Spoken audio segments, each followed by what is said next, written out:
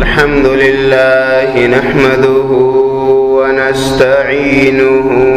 ونستغفره ونعوذ بالله من شرور أنفسنا ومن سيئات أعمالنا من يهده الله فلا مضل له ومن يضلله فلا هادي له وأشهد أن لا إله إلا الله وحده لا شريك له وأشهد أن سيدنا وحبيبنا محمدا عبده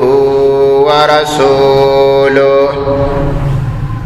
أما بعد فأعوذ بالله من الشيطان الرجيم بسم الله الرحمن الرحيم يا أيها الذين آمنوا أطيعوا الله وأطيعوا الرسول وأولي الأمر منكم فإن تنازعتم في شيء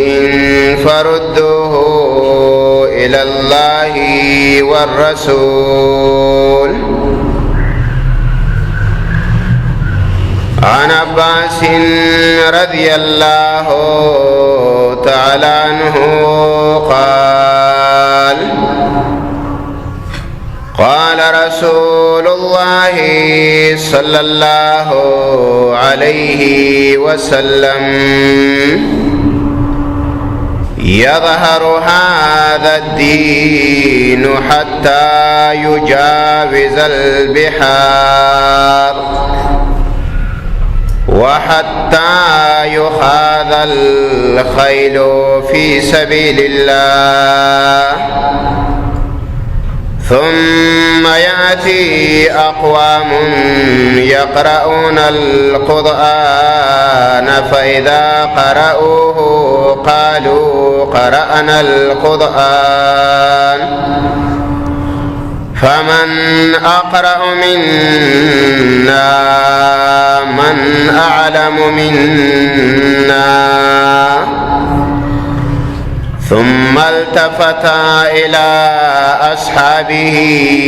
فقال هل ترون في أولئك من خير قالوا لا قال فأولئك منكم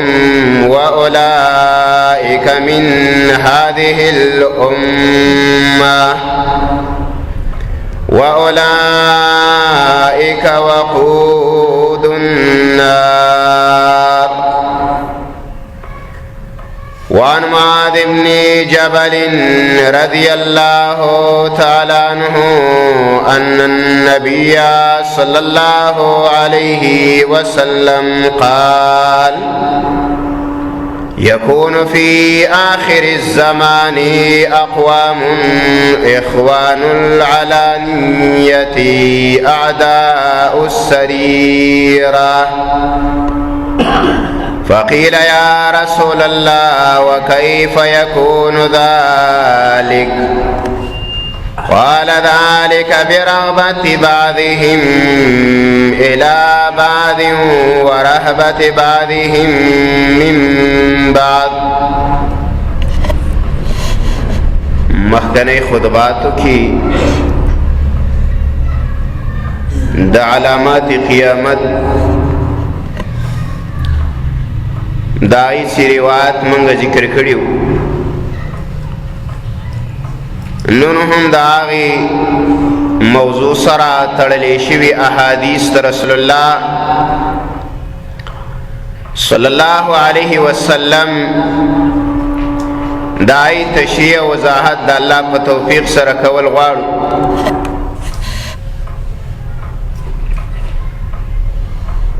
کما آیات مبارکه می چې لوستلې دي داغي وضاحت بار کوم ان شاء الله تعالی. خو هغه حدیث نا ورستنی روایت شان معاذ بن جبل رضی اللہ تعالی عنہ نقل لے آغاد جناب محمد رسول اللہ صلی اللہ علیہ وسلم نے نقل کرے کہ رسول اللہ صلی اللہ علیہ وسلم داخر دور بارکی امت تا اچھا پیشنگوئی ورکڑے وا دا آغا پیشنگویانو نا یو خبر داوا کہ رسول اللہ صلی اللہ علیہ وسلم فرمائلی دی کہ پا آخر دور کے بعد سے خلق پیدا شي دا اللہ نبی وی اخوان العلانیہ دا خلق با ورونوی اخکارا آداء و سریرا او دا خلق با پت دشمنانی. مقصد دا خبر دا دے چې په دې امت باندې د الله پیغمبر وای داسې یو دوران یو زمانہ را روانه ده چې په هغه زمانہ کې به د خلکو دوستان ډیر وي ظاهرا به هغه د ورونو په شان زندگی تیری او ستا به دا خیال هم یا چې دا زما ملګری دی خدا الله نبی وای دا به ملګری نه دا به ستا دشمنی. کلم چې هغه ته موقع میلاو شوله ستا د بې عزته کولو یا ستا د حتک یا ستا د مرتبه باندې داغ لګولو نو هغه خلک چې هغې پرون تا ته دوست وه او پرون یې تا ته رور وه حقه خلک باندې الله پیغمبر وای اول مخالفت کوي دا به دشمنانی او د مخالفه په سب کې به حقه خلک ولاړي خو هغه خلک چې هغه د الله دی او الله د هغوی دی دا یې د الله سره مینه ده او د الله د هغو سره محبت دی د تاسې خلکو مکر د هغوی فریب د هغوی دوکې دا د الله والا خلکو د الله دوستانو لا هیڅ قسمه ضرر نشي رسولی او نه د هغوی په عزت کې دا کمی شي راوستلی ځکه مشهوره مقوله ده او زمونږ د آدابو په کتابونو کې ذکر ده هغه مقوله دا ده وی عواء الکلب لا یظلم البدر د سپي غاپات څوارلسمه سپومۍ نشي خړولی کو سپومۍ څوارلسمه ده الله رڼا کي او دا راوخیږي نو سپي دې غاپیه خو د هغې په رڼا کې څه کموته نشي راوستلی دارنګې څه خلک به وي چې هغوی به د الله دوستان علمای برحقه هغه د دین پتنګان د الله اولیا د هغې په جامه به داغ لګول غواړي خو هغه داغ دا د هغه د الله ولیه په عزت کې دغه په محبت کې دا څه کمی نشي راوستلی دا غلط تصور او دا غلط یو ذهن دی چې د بعضې خلکو دا جوړ دی رسول الله صلی الله علیه وسلم د دغه خلکو چې د هغې ذهن غلط جوړ شوی دای تصورات غلط دي دای ګمانونه په خطا دي څوارلس سوه کاله مخکې پیشنګویي ورکړې ده چې ګوره په بعضې دوستان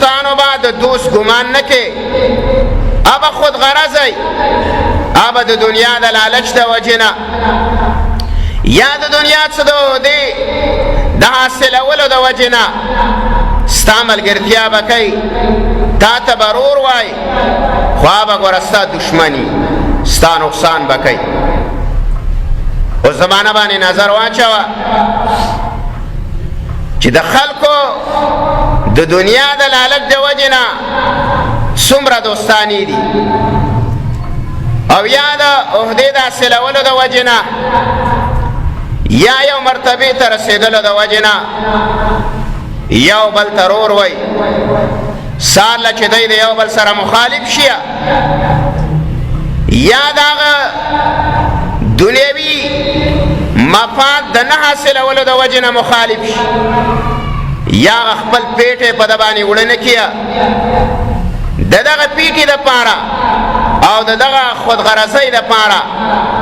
دا سړی ساسه مرګره شوی او هغه خپل پیټه وړنه کو او هغه خپل کار پتا باندې ونکو مقصد یې ونکو نو دا بستا بیا دشمنی کوي د الله نبی وای دا به دشمنی نو رسول الله صلی الله علیه وسلم فرمایي یکون فی آخر الزمان باخر دور کې به داسې خلق پیدا شي اقوام څه خلق به قومونه به اخوان العلانیه دا خلق به ظاهرا ورونه د یو بل سره به د رورۍ لاسونه ورکړي او دا به ډېر نږدې ملګري وي خو د الله نبی وي اعداء السریره دا به پټ دشمنان یو بل باندې چې کله وسبر شلو نو بیا به د یو بل مخالفت کوي اوس ګوره په یو دسترخوان باندې دوه دوستان په کلونو باندې خوراکونه کوي د یو بل کورونو ته ځي د خویندو میندو د لاسونو د یو بل خوراکونه وکړي بیا یو بل سره دومره خلاف شي په دنیوي او غرض باندې یا په دنیوي لالچ باندې چې هغه بیا د کفر درجې ته ورسوي پرون چې د ده سره یو سړی کېناستله او د ده تېنه اغراض پوره کېدل او د ده مقاصد تېنه پوره کېدله نو دا ښه سړی او نن چې د ده مقاصد نه پوره کېږي او د ده سره دا کس نه میلاویږي او نه کیني نو دا بیا منافق هم دی دا بیا کافر هم دی دا بیا د دین نه مرتد هم دی بیا هر قسمه فتوا زموږ سره شته بیا پې فتوې لګو دالی د دنیا لالچ د وجنه رسول الله صلی الله علیه وسلم فرمایي 1400 کاله مخکې دا خبره کړې د الله نبی چې داسې خلک به چې هغه به ورونه او دا به ستا دوستان یا خو اعداء السریره دا به پټ دشمنان رسول الله صلی الله علیه وسلم نه صحابي تپوس وکړو فقیل یا رسول الله وی د الله پیغمبره وکیف یکون ذلک دا به ولی چې دا د دوست دی او پټي دشمن دی او دا د ضرور دی او پټي دشمنی کوي دا څه د وجنه دا کارونه کوي دا ولی کوي دا سړی دا کار رسول الله صلی الله علیه وسلم فرمایل قال ذلك برغبت بعضهم الى بعض دا الله نبی ویا دا با د بعضی به د بعضو سره مینه کوي د څلالت د وجنه به ورسره دوستانه کوي و رهبت بعض من بعض او بعضی به د بعضو نه ویریږي یعنی د دې دا تعلق بعد د ویرې د وجنه لکه حدیث کې راځي رسول الله صلی الله علیه وسلم فرمای داسې دور په دې امت را روان دی د الله پیغمبر وای خلق با د خلقو عزت کوي دا به ولې کوي د الله نبی ویا مخافت شره دا سړی چې دا عزت کوي د بل چا دا د چا عزت چې کوي د شر نه به ځان بچوي دا سره به مینه نه دا سره به دوستانه نه خدا ولی ورته عزت کوي په ده باندې به چیمس کیه ده ته په دواړه لاس تړي مشیم ویه دله به دعوت هم ورکویه د ښې بدې دعوت به هم ورکوي ولې به کوي مینې وسنه ده د الله نبي مخافة شره دا سړی به نقصانی وي دا سړی په لاس کې به څه عهده دا سړی به شرپسني د دې د وجې نه به دا خلک عزت کوي چې یاره د ده د شر نه ځان بچ کړو چې سار له نقصان راونه رسوي او مسلې راته پیدا نه کړي نو د الله نبي وایي صحابي تپوس وکړو چې د الله پیغمبره چې په ښکاره ورولي ده او پټه دشمنی ده د هغې وجه او سبب څه دی د الله نبي ورته وایي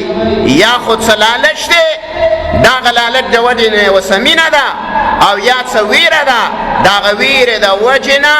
د دې په ښکاره باندې ورولي کوي دوستانه وله کوي خو پټي دشمن دی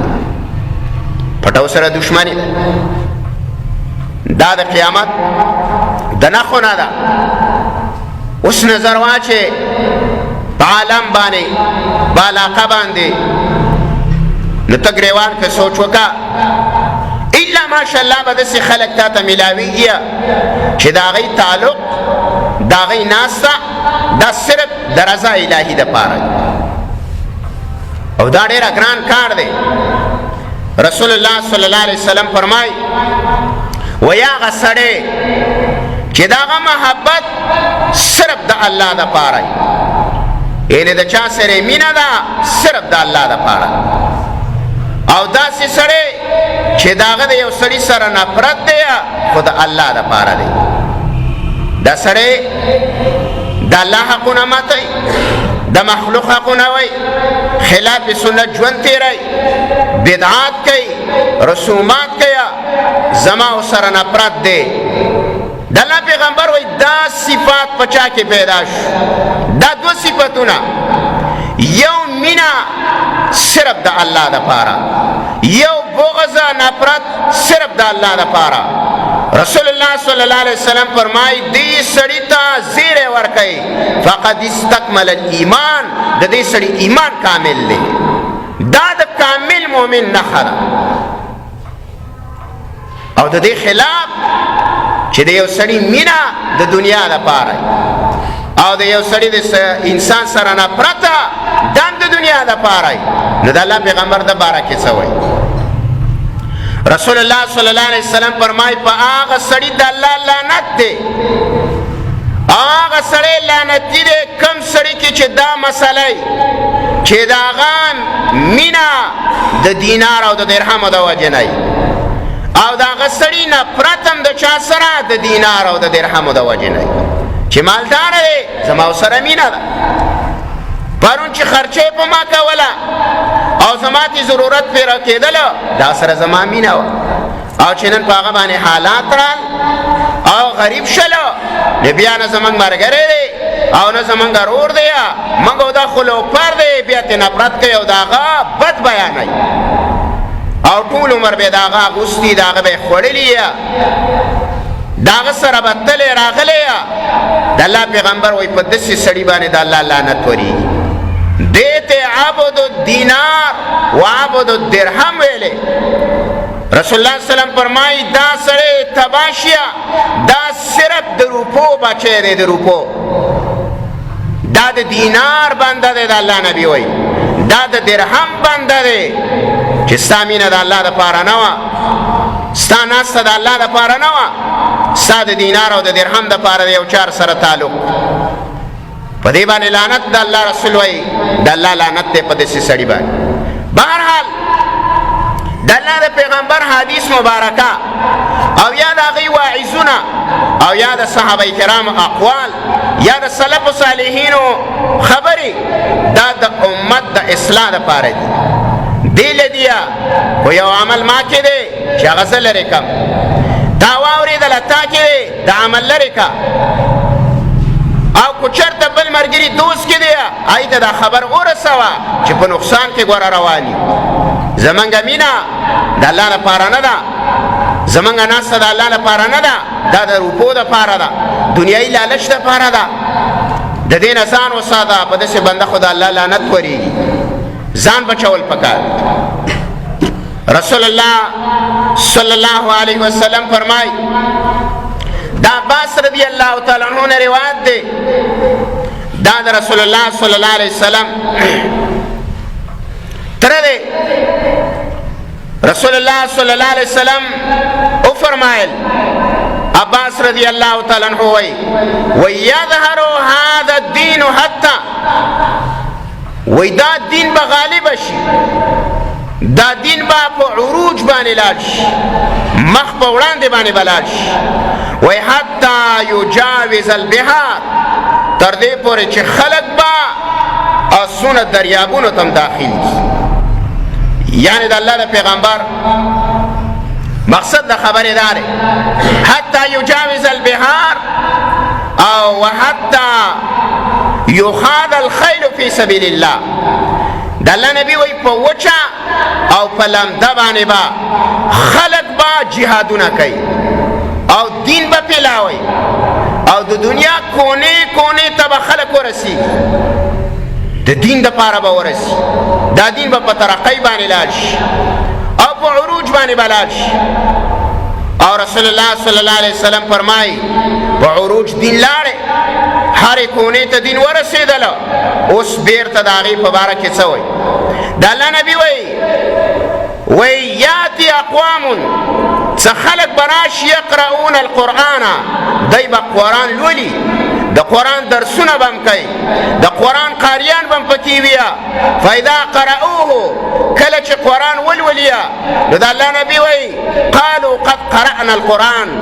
دی به وایي موږ قرآن ولوستلو من قرآن وایو خلقو ته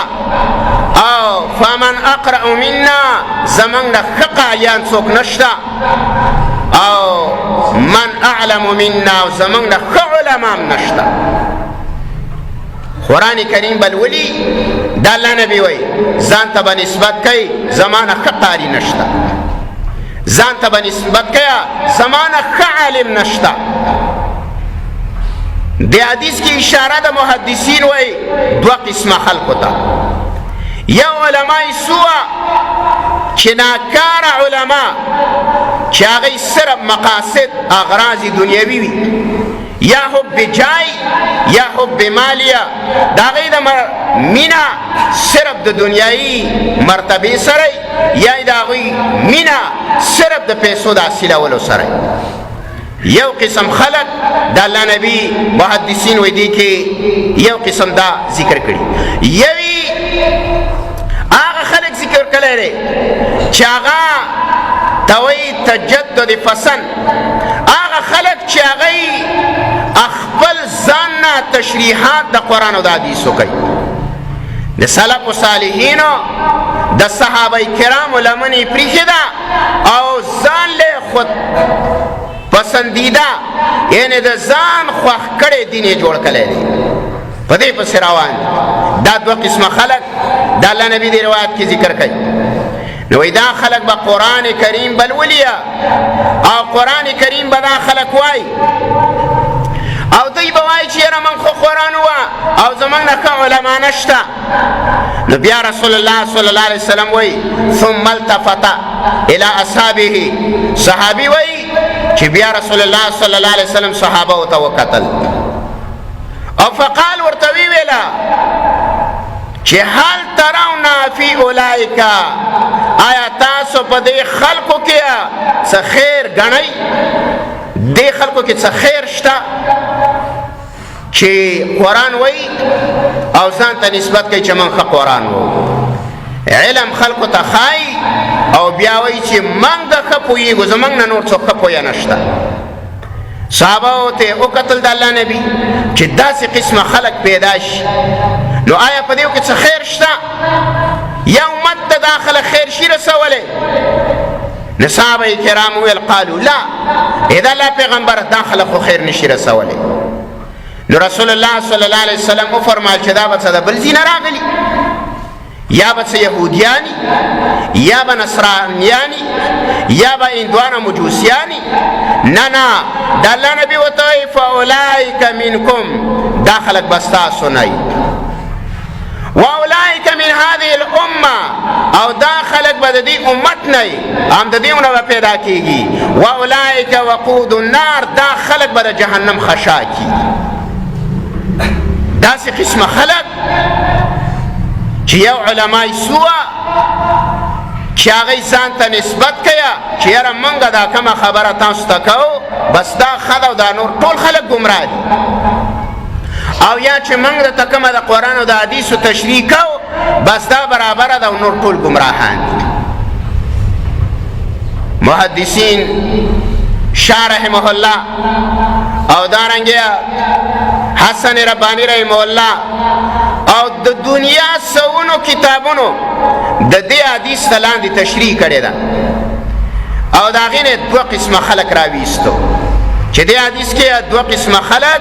دا مراد دي یو هغه خلک چې هغوی دا دین دنیا له استعمالوي یعنې هغوی به د دې قرآن داسې معنی کوي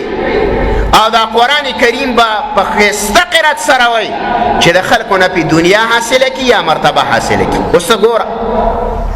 د قرآن کریم محفلونه لګي د مصر نه د حجاز نه د پاکستان نه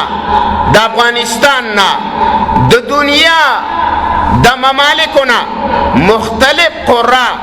قاریان حضرات را جمع شویه او وی حسن محفل قرآن دی وی د قرآن د قرآت ښایسته مقابله ده که خلک څنګه داغی ټوپۍ دا د یهودیانو داغی شکل او صورت دا د یهودیانو داغی قرات دا د قرآن د قرات نه خلاف بغیر آغا زینو که قلقلی کول آغا زین بی زیر اخکل چه آغا ٹکی قرآن که ندیر اخکلی شوی باغی باری بی زی مدونه کئی او سرندی و یا اگدی اگدی او آغی تا دیگونه لگی دلی او بیا انعامات تقسیمیگی خم احفل چا جوڑ کلی دی اب هم تو دنیا لوی پاسقی دا پاکی سان لیو مقصد یا با یو کمپنی والا یا به یو غټ دکانداری والا دا چا کړی پلانۍ کمپنۍ والا د دنیا قاریان را جمع کړي او حسن محفل قرآن دی او د قرآن محفل دی ښه هغوی له به د دنیا روپۍ ورکوي او ټوله شپه بیا شوګیری او سار والله یو ټکی مون نه کوي د سار نه د دریو پورې کښېني دا پورې قرات کوي د شپې والا پروګرامونه جوړ کړي دا د فیسبوک کې دا واړه ګوري تاسو ګورئ دا قاری په مخ باندې د ګیرې او د بریتو هیڅه علامه نه دی نه خو بلکل کانګالي دغه لباس دا د یهودیان اواز داسې وایي رسول الله صلی الله علیه وسلم فرمایي یو روایت کې راځي وایي اخر دور کې به داسې قاریان پیدا شي چې هغوی به دا قرآن دومره سیده وایي او دا زور او زیر به داسې برابروي لکه غشې یعنی غشه ټیړه میړه نه دا کوږ نه دی به دا زور او زیر او دی به د قرآن د الفاظ دا به دومره بهتر انداز باندې وایي خو د الله نبي وایي چې دا قرآن لا یجاوز د الله نبي وایي دا قرآن به د دې مرۍ نه ښکته نه ځي یعنی ښکته به دا قرآن نه دا به صرف د دې ژبې په سر دقه قرات به دغه حسن محفل به یا دغه اغراض به بدلي دنیا به حاصلوي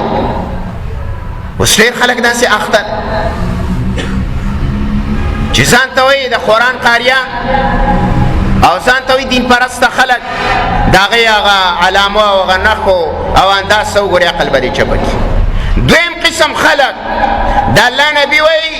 هغه پکې هغه خلک دی چې هغه خود پسندیده خلک دی یعنې خپله تشریح کول آکی اشاره ده څه ته چې هغه وایي د الله نبي وایي من اعلم منا زموږ نه څوک لوی عالم نشته په دې کې ورته اشاره کړې او مخکې وه چې من قرآن ولوستلو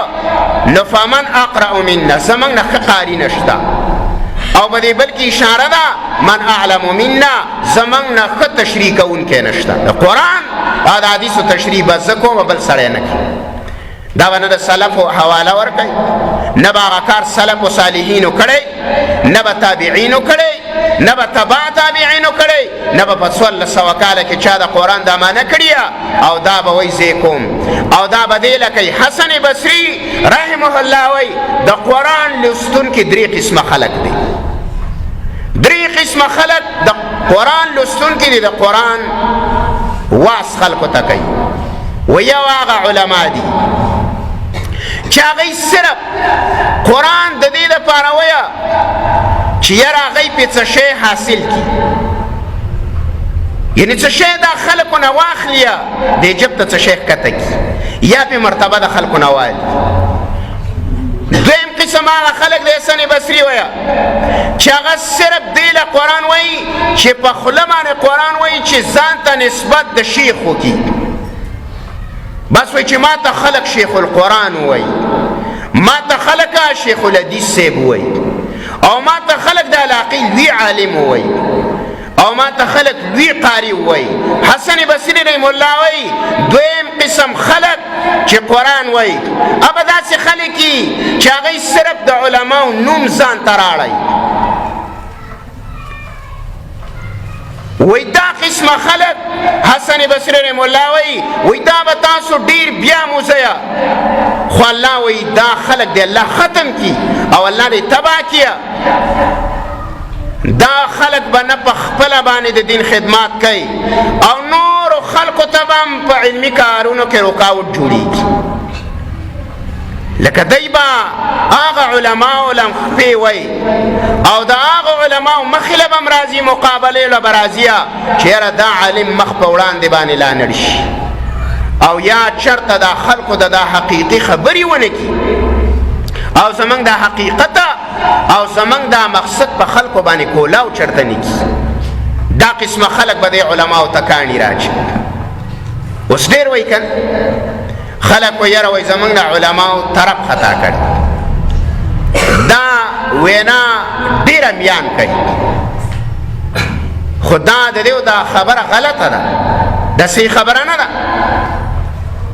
علما دین اسلام دا د چانه نه طرف خطا کوي او نه دا د طرف خطا کولو دین او تشریع ده. دا خو راه هدایت دی، سمه لاره ښودل دي، سمې لارې له راوستل دي، په غلطه لاره به تا څوک واړی. خو موږ دا وایو چې د علماو لم پکار دي چې دا خبره کوي چې زموږ نه د امیانو طرف خطا کړی، چې دا په هر سیل کې الوزي. نن کو ډمه راله دا د ډمې څه ولاړ، من خو نه ویل چې امیانو تاسو زموږ نه طرف خطا کو کرکټر رالی دا به ټول د کرکټر زامن، کو چا ویل چې یاره زه دین راولمه دا به اول مجاهدي. نه به د سړي حقیقت ته ګوري، نه به د سړي زندګۍ ته ګوري، نه به د هغه حلال او حرام ته ګوري، نه به د هغه کردار ته ګوري، بس تا به مو څه ملګری شه. کو دنیا پرستی راله، مادیت راله، بس دا په هغه کې مخکې د ټولو نه اول لوالي. کارون ته به دا حلال هم وایي، فتوی به پخپله ورکوي، کارون ته به دا حرام هم وایي، ساله بیا ډوب شوی. نو دا خو دا خلق یهودو دا سازش، دا خو څه په عوامو باندې خلق نه ګمراه کوي، عوامو پسې څوک نه ځي، خو خامخا به ستانه مخکې یو څو افراد داسې ټاکي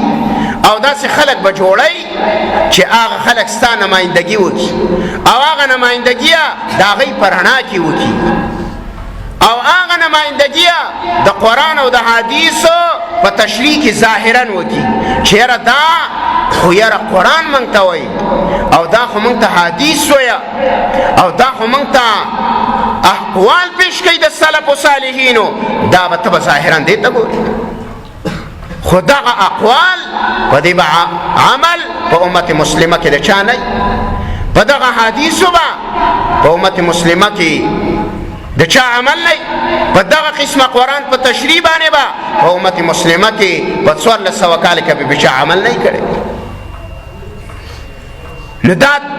خودپسندیه، دا د ځان تشریح کول او دا د ځان دین جوړول، دا د الله پیغمبر ویلي چې دا یو فرقه به پیدا کیږي. د سدور په دې امت را روان دی. او درې مډله حسن بصري رحم الله وای هغه خلک دی چې هغه قرآن وای خو هغه رضا الهي ده، د الله دپاره قرآن وای. خلقو ته قرآن کوي وحده نه غواړي، قرآن درته وایي ووټ نوټ دنه نه غواړي چې یاره ما مشر کا او یاره من خو درته دومره عمر قرآن و. لکه د یو سیاسي بیان ما واورېدو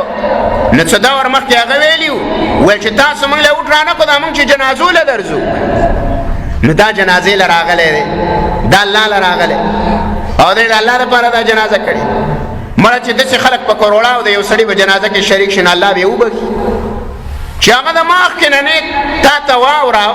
او تا ته یې وویله چې زه راغلی دی له یما چې ماله به وټ راکې او ستاسو بیمار پرسۍ له چې زه راغلی او ستا کادۍ له چې زه راغلی، نو دا د الله رضا وه. دا بیمار پرسي او دا د یو بل سره تعلق د مؤمنه دا خو د الله نبي موږ ته ویلي دي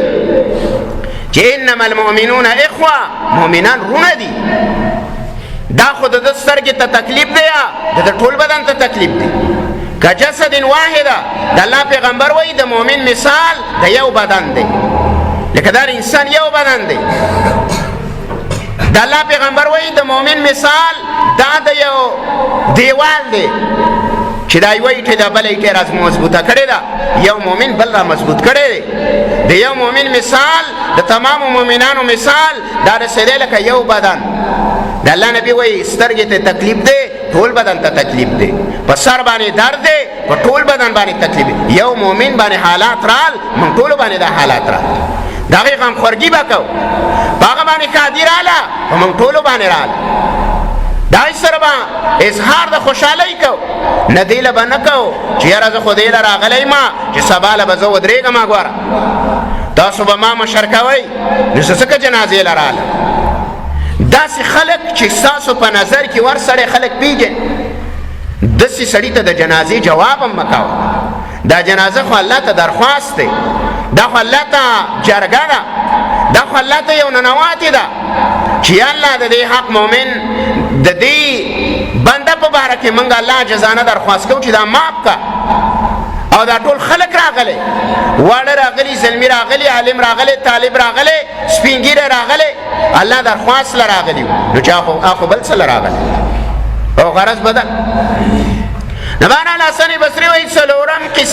دریم قسم خلک هغه علما دي چې هغوی صرف رضای الهي مقصد دی، دین درته رسئ، ستاسو نه څه نه غواړي. او چې کم سړي دین په دې نیت باندې کاو چې اصل له خود غرضي وه، د الله پیغمبر وایي ځان ته نه وساتئ. نو بهرحال خود پسندیه دا دویمه یوه ډله ده. هغه فرقې ډلې به د الله نبي وایي دا خلک به پیدا شي. رسول الله صلی الله علیه وسلم فرمای مقدمه د مسلم کې امام مسلم رحم الله دا حدیث ذکر کړي، علامه نووي رحم الله د دې حدیث تشریح کړي دا په دغه شرح کې. رسول الله صلی الله علیه وسلم فرمای وای داسې خلق به پیدا شي یحدثونکما هغوی به تاسو ته حدیث بیانوي. داسې خلق به د الله نبي وایي پیدا شي چې تاسو ته به حدیث بیانوي، خو داسې حدیث به بیانوي چې حدیث به نه تا اورېدلی نه به ستا پلار اورېدلی. داسې جدید نوي حدیث به بیانوي چې نه به تا اورېدلی نه به دا ستا پلار اورېدلی. رسول الله صلی الله علیه وسلم فرمایي چې د دې خلکو نه ځان وساتئ، نه خوا ته پرېږدوئ او نه خواله ورشئ. او داسې اقوال به تا ته ذکر کیا چې د تمام امت مسلمه د اقوالو نه به خلاف وي، لکه تمام امت په یو لاره روان دی، په یو تشریع باندې روان دی. امام عبدالله بن مبارک رحمه الله امام مسلم رحمه الله د قول نقل کړي، هغه وایي الاسناد من الدین لولا الاسناد لقال من شاء ما شاء. دا سند،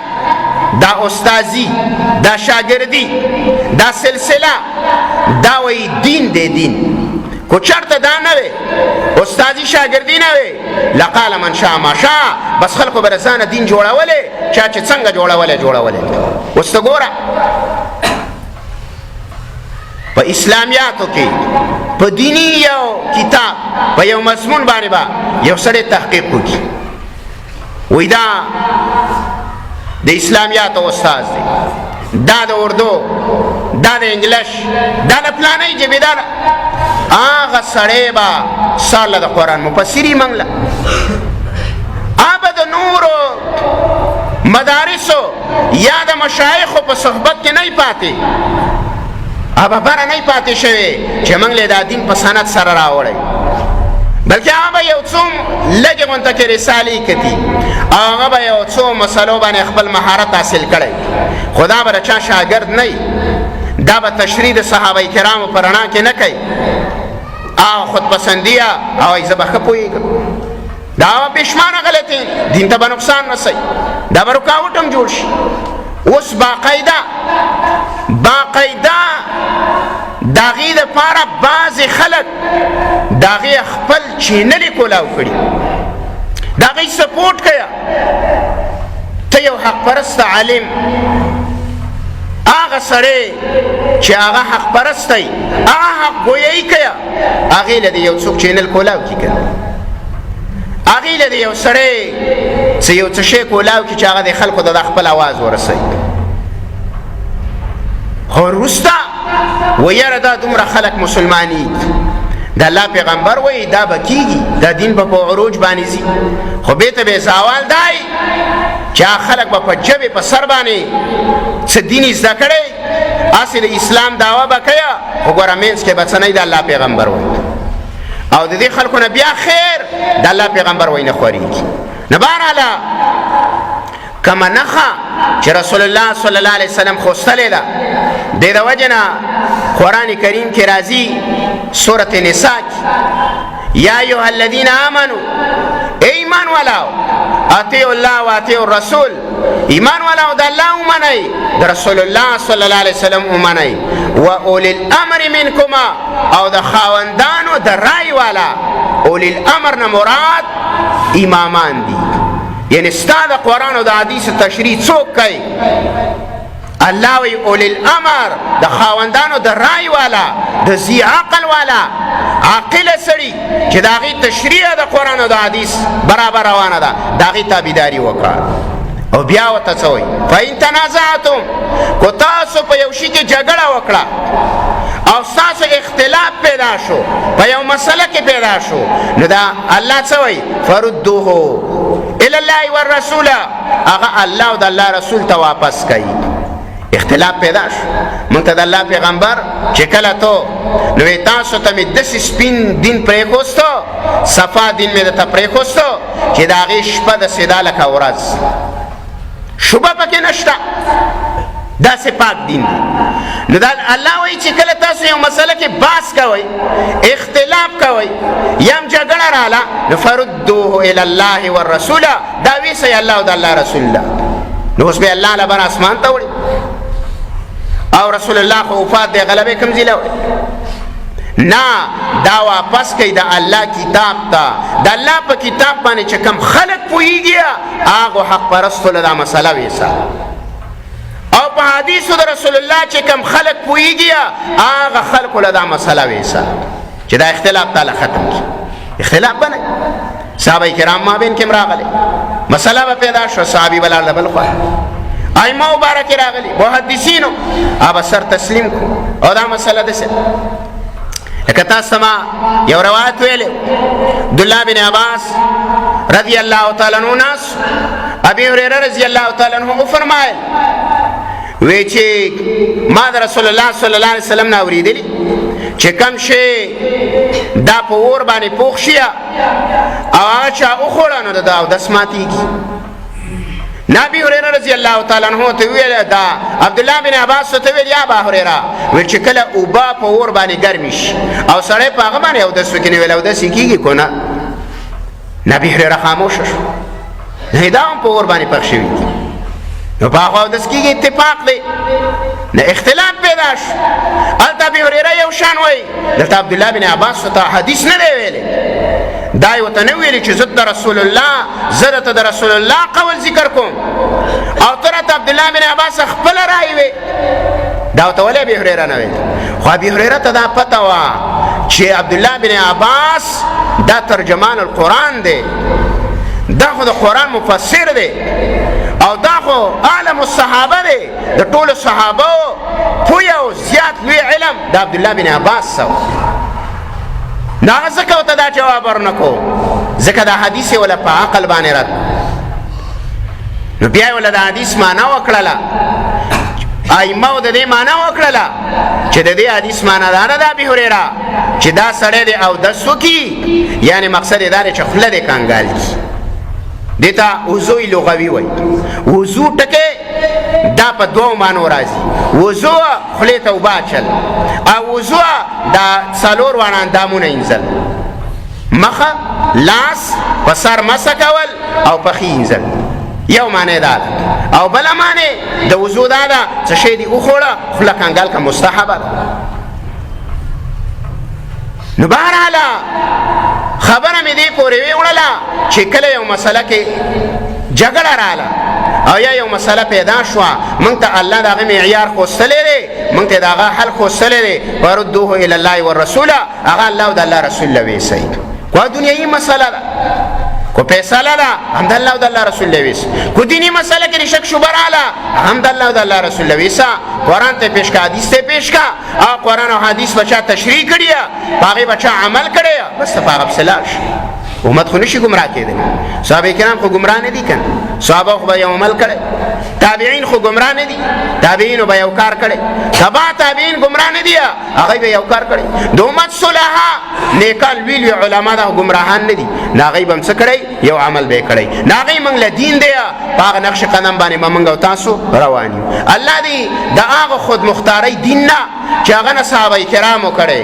نه ائمو کړی نه امت مسلمه ته د هغې حکم دی د هغه قسمه دین او د هغه مسالو نه دی الله زموږ ستاسو حفاظت وکړي هغه دین باندې دې الله راولي او د قرآن او د حدیثو هغه تشریح دې موږ ته الله نصیبه کړي کوم چې د الله او د الله د رسول مراد دی او هغه صحابه کرامو او ائمو په خوله باندې الله جاري کړی ده الله دې د عمل کولو توفیق راکړي ربنا تقبل منا انك انت السميع العليم وتب علينا انك انت التواب